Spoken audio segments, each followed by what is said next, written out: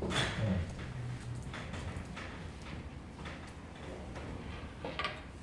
어떤 내용들을 쭉 그 전에 공부했는지 잘 모르시죠? 이어서 하기 전에 기본적으로 우리가 점검해야 될 내용들을 한 가지 먼저 얘기를 하고 시작할게요. 하나님께서 온 천지와 그 안에 있는 모든 만물들을 창조하시고 그 세계 가운데 에덴이라는 동산을 두시고 그 밖에서 지으신 인간을 그 동산 안에 이끌어 들이시면서 언약을 맺으셨죠. 기본적으로 그에게 언약을 주신 것, 그 명령을 주신 것은 생육하고 번성하고 땅에 충만하라 라고 하는 그런 내용들과 그리고서 더불어서 주는 것은 이 땅의 모든 만물들을 다스리고 관리하고 정복하는 일들을 더불어서 맡겨주셨잖아요. 그것은 이제 그 모든 내용들은 하나님께서 당신의 나라를 만드심이에요. 그러니까 천지와 만물들을 창조하시는 것은 단순하게 하나님께서 온 우주와 그 속에 있는 모든 존재하는 모든 것들을 만드셨나 보다 이렇게 생각할 게 아니고 하나님께서 무엇을 창조하셨다? 무엇을 지으셨다?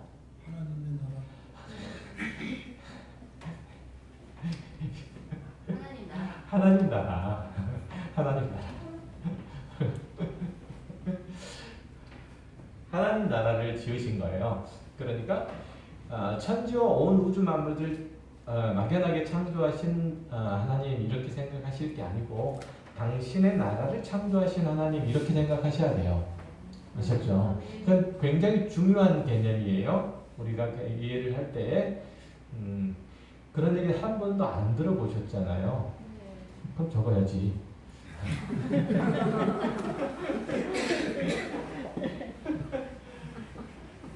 농담이고요. 어쨌든 하나님의 나라를 창조하셨다는 것. 그래서 하나님의 나라를 창조하셨기 때문에 그 하나님의 나라는 영역이 있어야 되잖아요. 그 영역이 천주와 있는 그 안에 있는 모든 구성물이죠. 그죠? 그리고 그 안에 뭐가 있어야 되죠? 하나님의 백성이 있어야 되잖아요. 백성이 있어야 되는데 그 하나님의 백성이 누구죠? 하나님을 닮은 아담과 그의 아내가 되는 거죠. 처음에 만들어진. 그리고 그 주권이라고 하는 것들이 필요하잖아요. 하나님의 나라에서는. 그래서 하나님께서는 온 우주와 만물의 절대 주권자로 서 계세요. 절대 주권자로 서 계시고 그리고 특별히 그 동산의 중앙에 뭘 두셨다고 그래요? 동산의 중앙이 아니고 동방에 에덴을 창설하셨다고 그랬죠. 이게 뭔가? 에덴을 창설하셨는데 이 에덴은 하나님이 거하시는 성전이에요. 하나님이 거하시는 성전이라고 하니까 성전이라고 생각을 하면 되는 건데 이게 기본적으로는 뭐라고 생각하시면 되냐면 성전이 아니고 일반적으로 생각할 때 뭐라고 생각하면 되죠? 왕궁이라고 생각하면 돼요. 그렇죠? 이 왕궁이라고 생각하시면 돼요. 하나님께서 아담과 하와를 그의 아내를 이 왕궁에 들이시는 거예요. 들이시고 이 왕궁에서 이 하나님께서 세우신 모든 온 우주와 만물들을 다스리고 관리하시는 섭정왕으로 세우셨잖아요. 그렇죠? 섭정왕으로 세우셨기 때문에 이제 아담과 그의 아내는 하나님의 그 명령을 따라서 이 모든 만물들을 다스리면 돼요. 그러니까 이런 개념을 기억을 하시고 이제 생각을 한번 해보자고요. 그래서 하나님께서는 지으신 모든 만물들 가운데서 인간이라는 아주 특별한 존재를 창조하시고 이 인간이라는 존재는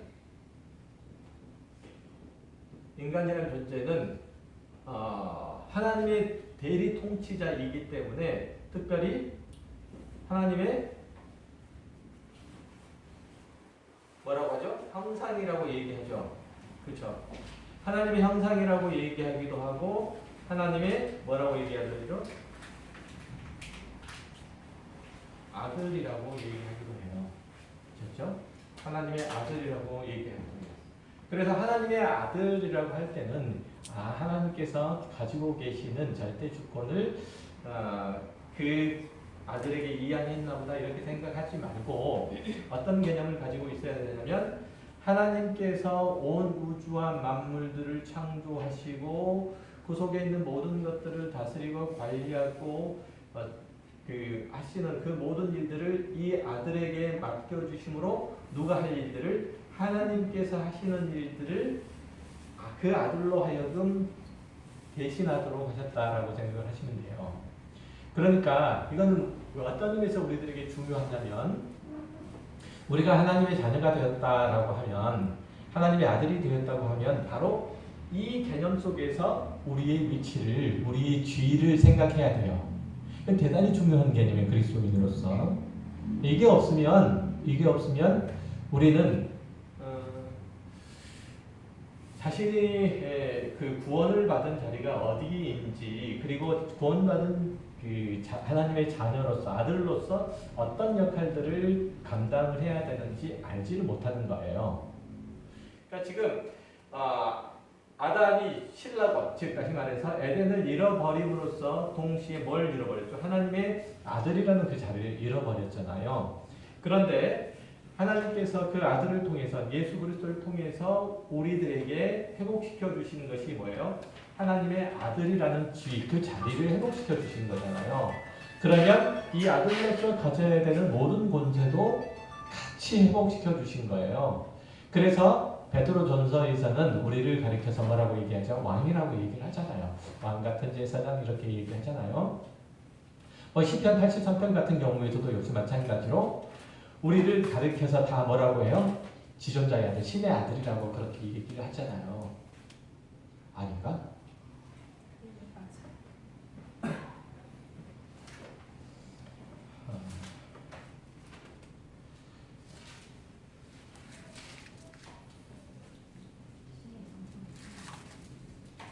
시편 83편이라는 거 81편이네요. 죄송합니다.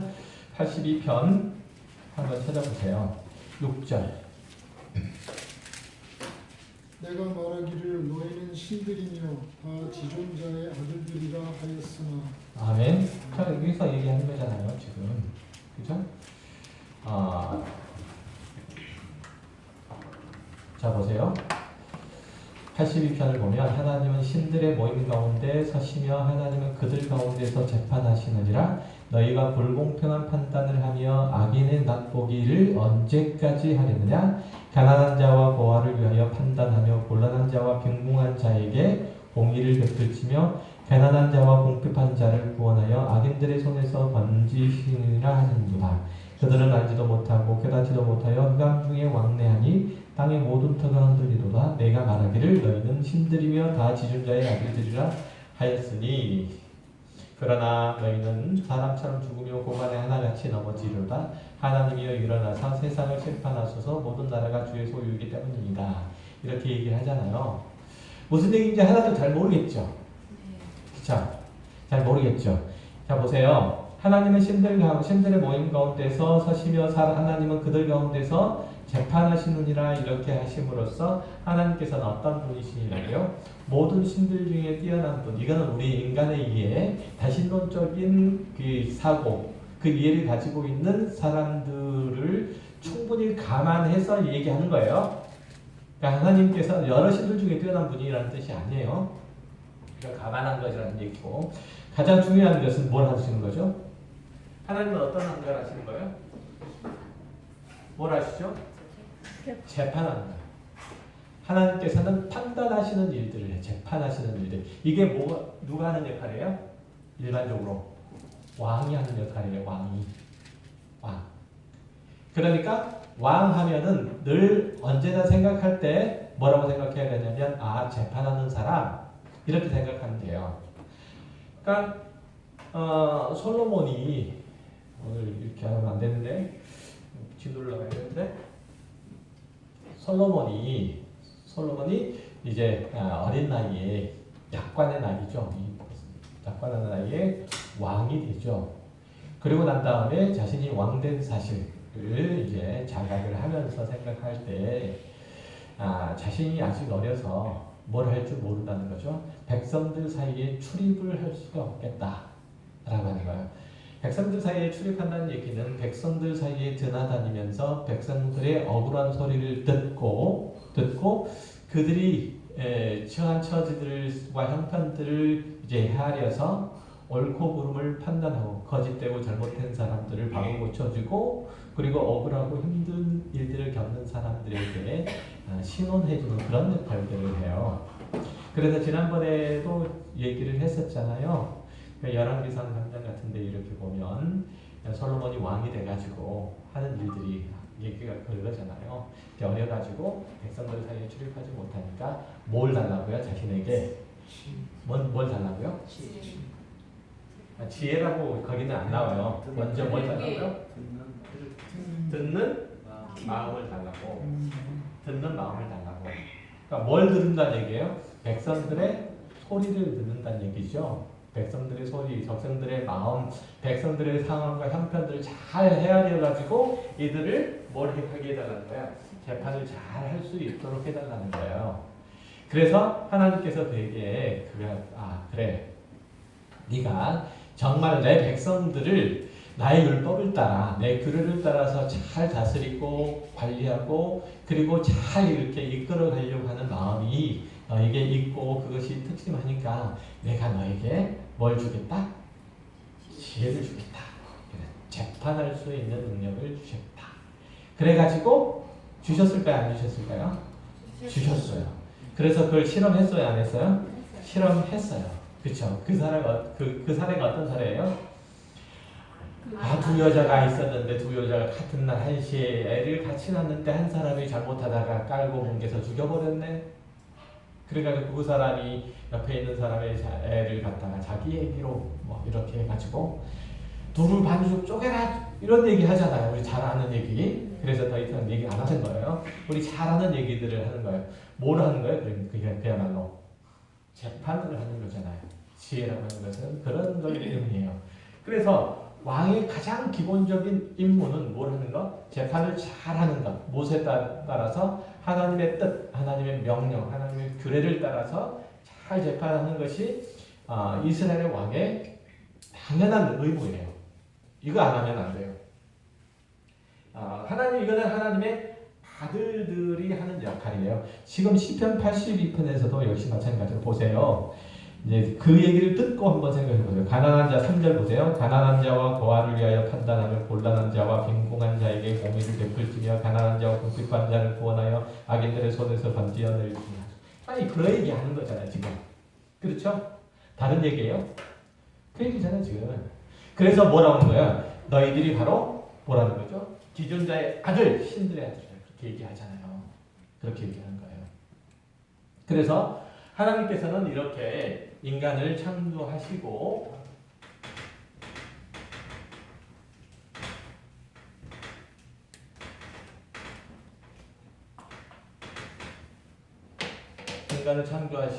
이 인간을 섭정 왕으로서 모든 피조 세계를 다스리고 관리하고 정복하는 일들을 맡겨주신, 한마디로 얘기하면 재판이라고 통칭할 수 있어요. 이런 일들을 맡겨주셨어요. 그런데 인간이라는 존재가 그러면 하나님께서 그 인간이라는 존재를 완전하게 지으셨냐, 스스로 자존할 수 있도록 지으셨냐? 그렇지 않죠. 그렇지 않아요. 인간이라는 존재는 하나님을 떠나서는 하나님을 의존하지 않고는 존재할 수가 없도록 지음받았어요. 그게 무슨 하나님이신가? 너무 인간의 입장에서는 좀 피조물이지만 그래도 좀 너무한 거 아닌가? 인간이 하나님께 귀속되어 있고 속박되어 있고 자유를 제대로 누리지 못하는 거 이거 좀 그렇지 않나? 라고 생각할 줄 모르겠어요. 그런가요 사실? 그냥 억울한 일인가요? 억울한가요? 안 억울한가요? 억울하다고 생각하시는 사람이 조금 그 중에 있을 개 중에 있으실지 모르겠어요. 이게 안 억울한 일이라는 걸 제가 말씀을 드릴게요. 왜 안 억울한지. 자, 아까 오전에도 말씀드렸던 것처럼 하나님께서는 어떤 하나님으로 계시냐면 삼위의 하나님으로 계세요. 한 분 하나님이시지만 삼위, 성부와 성자와 성령 삼위의 하나님으로 서로 관계 속에서, 연합 속에서 계세요. 연합하실 뿐만 아니라 서로 의존하고 계세요. 그래서 성부 하나님의 사역과 성자 하나님의 사역과 성령 하나님의 독특한 사역들이 있죠. 그렇죠? 있죠. 그리고 이 사역들을 서로 연합해서 하시면서 관계상으로 어떤 관계들 속에서 서로 사랑이라는 본질 속에서 이 삼위가 일체를 이루고 있다라고 그렇게 얘기를 했잖아요. 기억하시죠? 그런 것처럼 하나님께서 인간을 두셨을 때 그 안에 두셨다는 얘기는 삼위일체 하나님께서 존재하는 방식을 따라 하나님과 우리와의 사이도 그렇게 되기를 원하셨다는 거예요. 그래서 우리를 하나님 안에 두신 거예요. 이해되셨어요? 그거는 우리가 뭔가 좀 억울한 측면이 있는 건가요? 그런 건가요? 아니죠. 결단코 그렇지 않죠. 결단코 그렇지 않아요. 우리를 어느 자리까지? 신적인 그 자리까지, 그 위치까지 우리를 끌어올리셔서 그렇게 두신 거예요. 다만 우리가 그 안에 있을 때만 그렇게 하죠. 인간의 존재는 그렇게 하나님께서 그의 자리, 그의 위치를 그렇게 높여주셨지만 원래는 어디로부터 나온 거예요? 어디로부터 나온 거예요? 흙으로부터 나왔어. 그죠? 흙으로부터 나왔다는 사실을 기억하셔야 돼요. 이 흙으로부터 나왔고, 그래서 인간이라는 존재가 하나님께서 허락하신 그 무슨 언약? 행위 언약. 행위 언약과 그리고 그 행위 언약을 어김으로 말미암아서 이제 그 은혜 언약 안으로 다시금 들어가게 되는 그 관계를 통해서 모든 사람은 단지 흙일 뿐이라는 사실들, 하나님의 은혜가 없이는 결단코 신적인 지위를 누릴 수도 없고 그 신적인 그 영향력들을 다른 어떤 피조물들에게 행사할 수도 없고, 그럴 수 없는 존재, 무가치한 삶을 살다가 결국은 흙으로 돌아갈 수밖에 없다는 사실을 보여주는 거죠. 하나님의 행위 언약과 은혜 언약 안에 담겨져 있는 숨은 뜻이에요. 자, 그러면 이제 한 가지 더 기억을 해야 되는 게,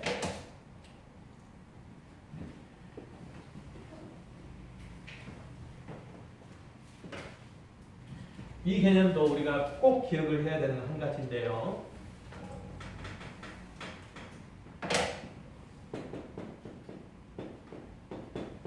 이게 뭐죠? 혹시 아세요? 의. 그냥 대강 썼는데 의예요. 의라고 합시다. 의. 그러니까 이거는 의로울 의자예요. 의인데, 하나님께서 성경이 얘기하는 의의 개념을 한번 생각을 한번 해봅시다.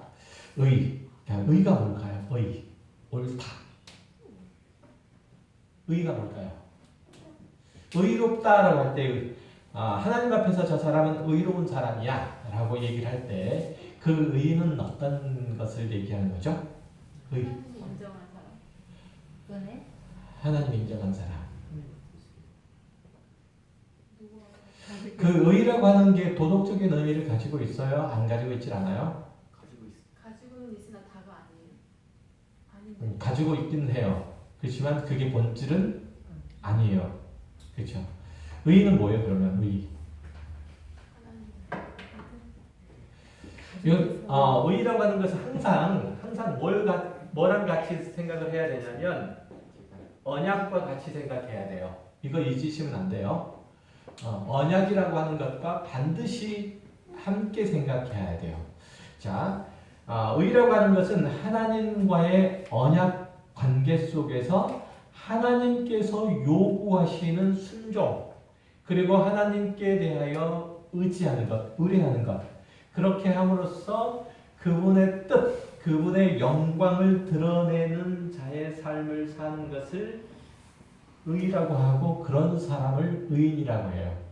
다시 말하면 쉽게 얘기하면 하나님과 맺은 그 언약을 신실하게 준행하는 자, 지켜내는 자를 의인이라고 그렇게 얘기를 하고 특별히 그런 의를 뭐라고 얘기하냐면 이거 참 언약적 의라고 얘기를 해요. 하나님의 언약적 의라고 얘기를 해요. 이것도 역시 마찬가지로 굉장히 중요한 개념이에요. 그래서 노아가 의인이라고 당대 의인이라고 칭함을 얻었을 수 있었던 것, 그리고 에녹도 역시 마찬가지로 그럴 수 있었던 것. 이것은 어떠했기 때문에 그들이 하나님과 관계 속에 있었기 때문에 하나님과의 언약적 그 관계를 깨뜨리지 않고 하나님 속에 있었기 때문에 그들을 의인이라고 얘기를 하는 거예요. 그래서 성경이 노아도 그렇고 에녹도 그렇고 그들을 묘사를 할 때 어떻게 묘사를 하냐면 그들이 하나님과 동행하였다. 그렇죠. 동행. 그 표현을 되게 많이 쓰잖아요. 그래서 그들이 의인이라고 그렇게 얘기를 해요. 하나님과 함께했다. 하나님과 동행했다. 즉 다시 말해서 하나님과의 언약적인 이 의를 언약 관계를 깨뜨리지 않고 그 안에 있기를 기뻐했다. 그들이 도덕적으로 혹은 윤리적으로 탁월한 어떤 삶을 살았다. 이게 아니고 그걸 기억을 하셔야 돼요.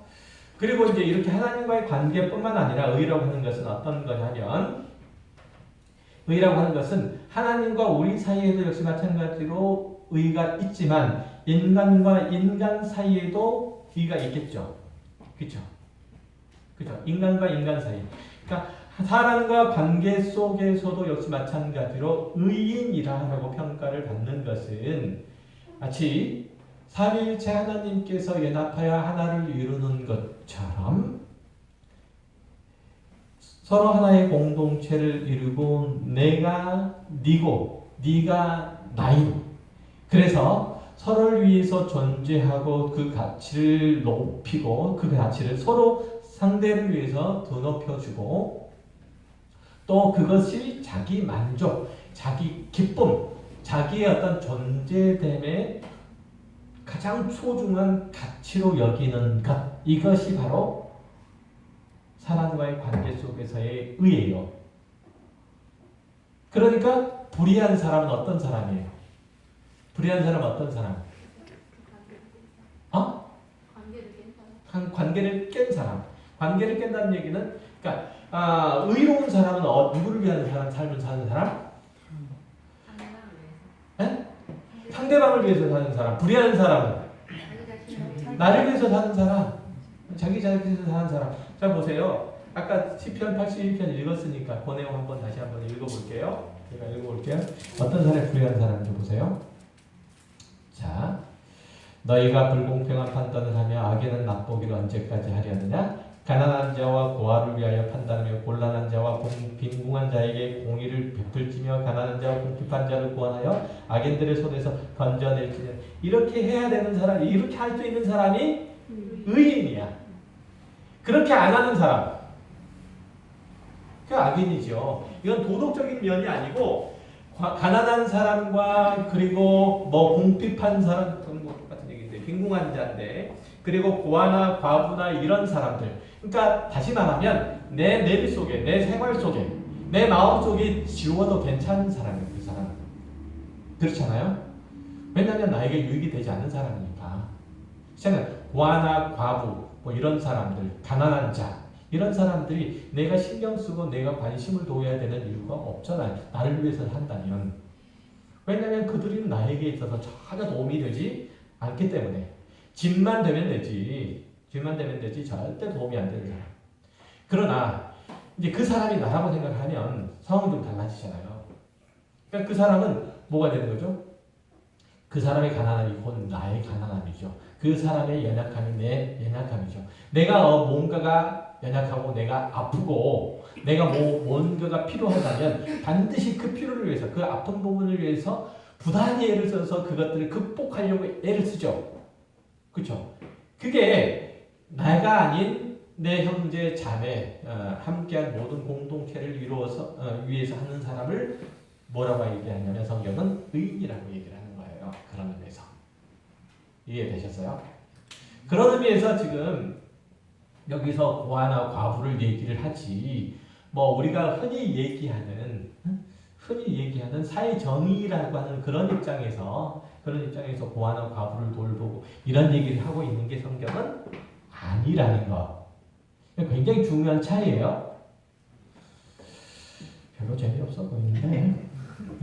자, 그 다음에 이제 세 번째는 뭐냐면 그 자연과의 관계 속에서도 역시 마찬가지죠. 의라고 하는 것은 하나님께서 우리와 자연 속에서 맺어진 관계도 있으니까 그것을 잘 다스리고 관리하고 정복하는 자.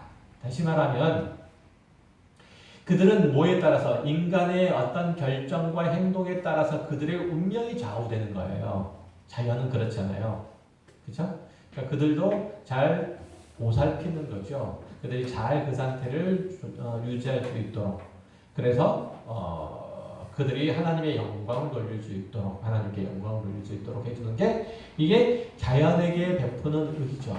자, 예를 들면 이런 거예요. 예를 들면 자, 지난 시간에 말씀드렸던 건 꽃이 지난 시간이고 옛날에 꽃이 하나님께 영광을 돌릴 수 있나요? 없나요?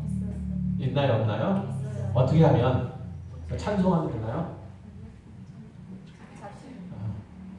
해바라기는 드럼 치고 나팔꽃은 피아노 치고 이럴까요? 그게 아니죠. 그러니까 하나님께 영광을 돌린다면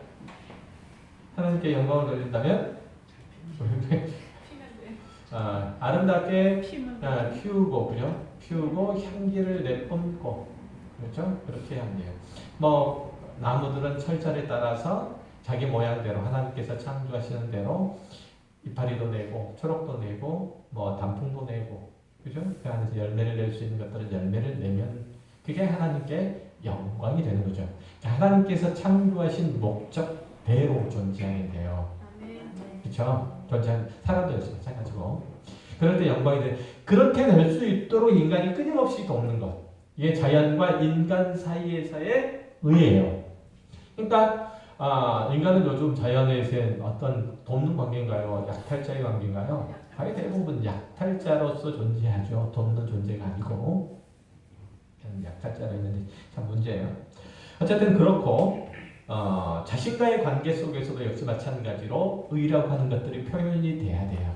다른 사람과의 관계뿐만 아니라 하나님께서 자신에게 주신 그 질서 속에서 해를 당하지 않도록 자신을 보호하고 살아가는 것. 즉 다시 말하면 내가 하나님께서 주신 내 육체를 건강하게 가꾸는 것.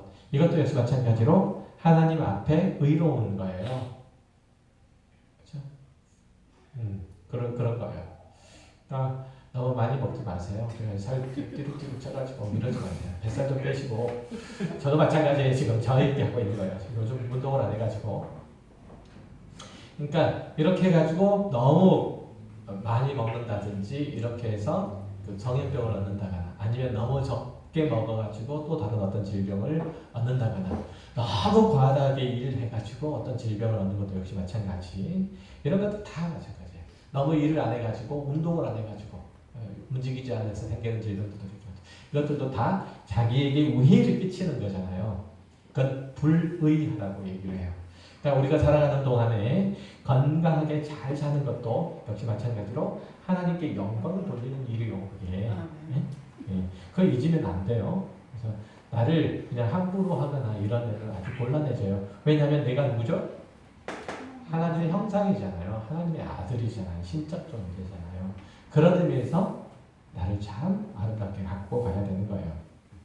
자, 이런 의라고 하는 개념을 꼭 기억을 하세요. 그래서 성경에서 얘기하는 의는 항상 물론 다른 의도 있어요. 다른 의도 있어요. 이 언약적 의뿐만 아니라 관계적인 의의뿐만 아니라 그 법정적인 차원에서의 의의도 있어요. 법정적인 차원에서 또 다른 의의들도 있어요. 그러나 가장 중요한 것은 이 언약적 의의라고 하는 개념이 성경이 그 처음부터 끝까지 쭉 이끌어가는 굉장히 중요한 흐름이라고 합니다. 그래서 하나님께서 이 불의한 자를 하나님의 품을 떠나 하나님의 관계를 끊어버리고 불의에 동참한 자를 이제 다시 구원하여 하나님의 의로운 사람, 예수 그리스도로 말미암는 의의 흰 옷을 입는 사람. 그렇죠. 성경이 얘기하잖아요. 요한계시 의의 흰 옷을 입는 사람으로 만들어가는 과정. 이걸 뭐라고 하냐면 구원 혹은 새 창조라고 그렇게 얘기를 하잖아요. 그렇죠. 그래서 이 의라고 하는 개념은 되게 중요해요. 나중에 이제 딴소리 하기 없기. 이거 뭐야?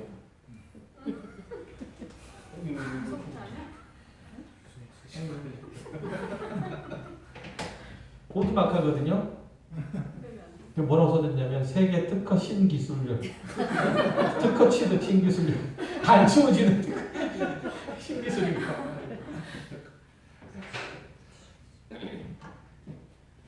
이거 크다 이거. 이걸로 줘야 되나?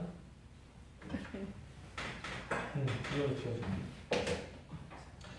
자, 그래서 그 처음 창조된 인간 아담과 화는 원래부터 영화로운 사람은 아니에요. 완벽한 존재는 아니에요. 그렇지만 하나님께서 그들을 완전하지는 않지만 온전한 자로 창조하셨어요. 온전한 자로 창조하셨지만 결국은 인간이 타락해서 불의한 상태로 하나님의 은혜가 모두 깨어져 버리고 불의한 상태가 되어버린 것이죠. 그렇죠? 그래서 그들이 했던 일들의 첫 번째 일들이 뭐였었죠? 그들이 하나님과의 언약을 깨뜨리고 난 다음에 선악을 알게 하는 나무의 실과를 따먹은 다음에 했던 첫 번째 일. 네? 여기 다시 한번 봐봐요. 어려운 일들이라고 고개 한 번만 숙이면 될 것 같아요. 고개 숙이니까 부끄러워요? 이거 같은 거 알고. 자, 보세요. 밝아져가지고 자기들이 벗은 줄 깨달은 거죠. 그리고 맨 다음에 뭐 한가요? 무화과 나무 잎을 엮어서 치마로 삼았더라 이렇게 얘기하잖아요. 벗은 줄 알고 그들이 무화과 잎을 이제 벗었다는 얘기는 다음번에 할게요. 오늘 시간이 좀 오늘 딱 30분에 끝내려고 그래요. 왜냐하면 내일 또 바쁜 길 가야 되는 분들이 있어가지고 30분에 끝내야 되는데 어쨌든 무화과 나무 잎을 가지고 자신의 수치를 가렸는데 이 무화과 나무 잎은 어떤 의미를 갖냐면 포도나무와 더불어서 이 무화과 나무 잎은 종말론적인 완성을 얘기해요. 종말론적인 완성을 나타내는 식물, 하나님의 참된 안식을 나타내는 나무의 열매를 나타내요. 그래서 이 무화과 나무나 포도나무는 특별히 이스라엘 백성들을 비유로 설명할 때 무화과 나무 혹 포도나무 이렇게 얘기를 하는 거예요. 그래서 구약의 같은 경우를 보게 되면 포도나무 혹은 무화과 나무를 가리켜서 이스라엘 백성이다 이렇게 얘기하기도 하고 이스라엘 백성들이 잠깐이지만 하나님의 언약 안에 있고 그 속에서 하나님께서 주신 커다란 은혜를 입어서 안연하게 살아갔다. 거기가 어디냐면 무화과 나무 아래 포도나무 아래서 안연하게 살아갔다. 이런 얘기를 성경이 많이 하거든요. 그건 이제 다음 주에 할 때 봐야 되는데 어쨌든 이제 그 미가사라든지 스가랴사라든지 이런 데 보면 아주 잘 나타나 있어요. 그래서 하나님께서 이스라엘 백성이 무화과 나무 혹은 포도나무 이렇게 얘기하기도 하고 그래서 이 나무들은 종말론적인 안식이나 풍성한